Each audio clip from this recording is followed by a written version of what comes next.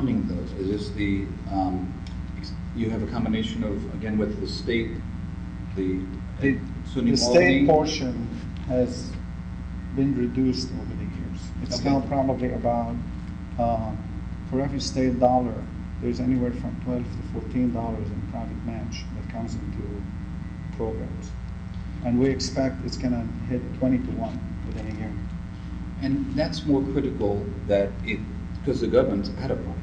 Mm-hmm. And the private sector is where the future funds will be coming from. And without that, the government's just going to not be able to. So those who are dependent on the government for funding it, they'll fall. Absolutely. They just can't do it. And corporations have to spend in our business north of 20% of their revenue on innovation. Okay.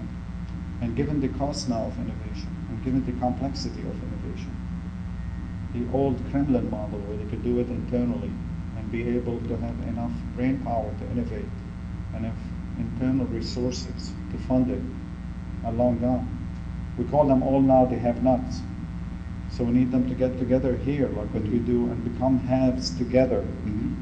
That's HAVES. And innovate together, and sure. Collectively we have four things. And you know, any mistake, one of the companies I grew up with, Digital Equipment Corporation, they dominated the market in computers. I grew up with that advanced server called the VAX, VAX, yes. They spent $5 billion on a chip that was way ahead of its time, called the Alpha chip at the time. Mm-hmm. Put them out of business. Now the fab they used to have in Hudson in Massachusetts is owned by Intel. We're so far afield with the rest of the world, and so everyone's eyes are on you and trying to figure out what you're doing and how to mimic your success, which is tremendous accolades to you. Thank you. And your whole organization. Now, in June, you're a keynote speaker at the Building New York's Innovation Pipeline. So what is it that you're going to be discussing there? Basically, how the model works, what are the key pieces of the innovation model that work, and how it should be exported to different areas of New York, and what our experience is, and what works, what doesn't work. And one key piece of the model that I want to emphasize, which doesn't get a lot of coverage, is the cultural piece. Mm-hmm. We changed the grading system for faculty here. We expanded it to make them entrepreneurs. Okay. And that has been a key piece of our success. So for example, as opposed to grading them only on how many courses in the college they teach, we grade them how many courses in the community they teach. They teach in high schools, they teach in community colleges. We have orientations here after hours on weekends to the community. Mm-hmm. And those become part of their educational portfolio. And once you start rewarding them for those activities, they really become embedded in the community and become kind of champions of educational programs across the community. The Girls Inc. program we announced today, the two faculty on staff who were key instrumental in putting it together and going to manage it over the summer, it's part of the grading system. Okay. In terms of also helping embedded in business in the community, we don't only grade them on how many college committees they sit on, but how many tech parks, how many high school boards. Mm-hmm. And so they become kind of citizens of not just CNSE, but citizens of the wider ecosystem. It's very critical that we change the format of our mindset. We're a nation of attorneys. We're not a nation of engineers, physicists, doctors, computer scientists. How do you foresee changing our approach to that so that we can plan and do a better job towards the future? Because a lot of the people here are imported. A lot of the people, like your sons, in Beirut, it was cool to be a geek, okay? Mm-hmm. But now, as a geek, it's changing, an ex-geek, it's yeah. changed. You're now making more than the president. But geek is cool now. The things that are happening that are helping science and engineering are that science is cool now. Being geek is cool, from Steve Jobs to Bill Gates, sure, to all the sexy stuff that kids see when they come here. It's like going through Disney when they're here. that element of it, taking science from the old impression that it's the classroom, it's boring, it's stuff they have to do, this boring math, and have them realize how exciting of an opportunity it is, and they actually have fun doing it. Something that has been evolving and it's becoming a success story. Capturing them and their imagination as when they're kids. That's a critical point. How do you foresee linking with the Elementary schools? We have programs in place now for elementary schools, middle schools, and high schools, including a summer internship program, Nano Career Days, programs like Girls Inc., like Junior Achievement. Yes. And we fund those. Okay. And we're realizing that there is a very key element to get these kids excited, which is what I call a dream with a deadline.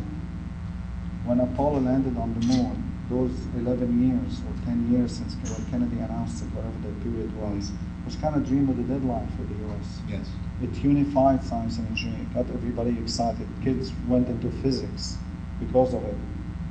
We're creating a similar environment, but as opposed to one dream with a deadline, we're creating multiple dreams with deadlines, showing them how, so if they go into nanotechnology, all the opportunities to do things from curing cancer to inventing all these sexy, fun games. The biggest challenge is changing the delivery culture, meaning a number of the individuals involved in the educational system at the K through 12 yes. needs retraining, needs to be excited, needs to be fed new ways of doing things. Every day, I'm surprised how sometimes they misadvise students about science and engineering because that's what they know, it's not their fault. So changing that system, how they go about advising kids where to go when they finish high school, and having them themselves excited about science and engineering is our biggest challenge. And if it doesn't start in the elementary schools, it's never going to change. It has to be started in the youth, that it's not just cool to be a geek and rule the world, but you can, at the same time... create your own world. Yes, create your own world, which you have done. You've created this world. Seeing my 18-year-old learning all these computer games and getting so interested in becoming a web designer and having all these sexy internet gadgets and having his own web page, the transformation in him into this responsible business guy at 18. I mean, I'm listening to him talking to his buddies about this internet page, and I'm like, is this Nick? Yeah, that's good. He did one of the videos, marketing videos for undergrads for us. He did a fantastic job. Good for you. Well, it cost me because we couldn't pay him, obviously, since it would be a story times zero. Yeah. Future, short term, you're continuing with this. Long term, where do you see yourself in 10 years? I have no idea. On an island in the Caribbean. I can't imagine. Maybe for a week or two. If I'm not in an environment like this where there's freedom to innovate, exciting, where every day is a whole new discovery experience, I don't know what I would do. I think in 10 years, we can walk from here to Starbucks at Stuyvesant on the inside. The world is going to change, and it will be through people like you. And you can't... And people like you are recognizing it, absolutely. I mean, a story like this is a great thing even for us as an educational tool.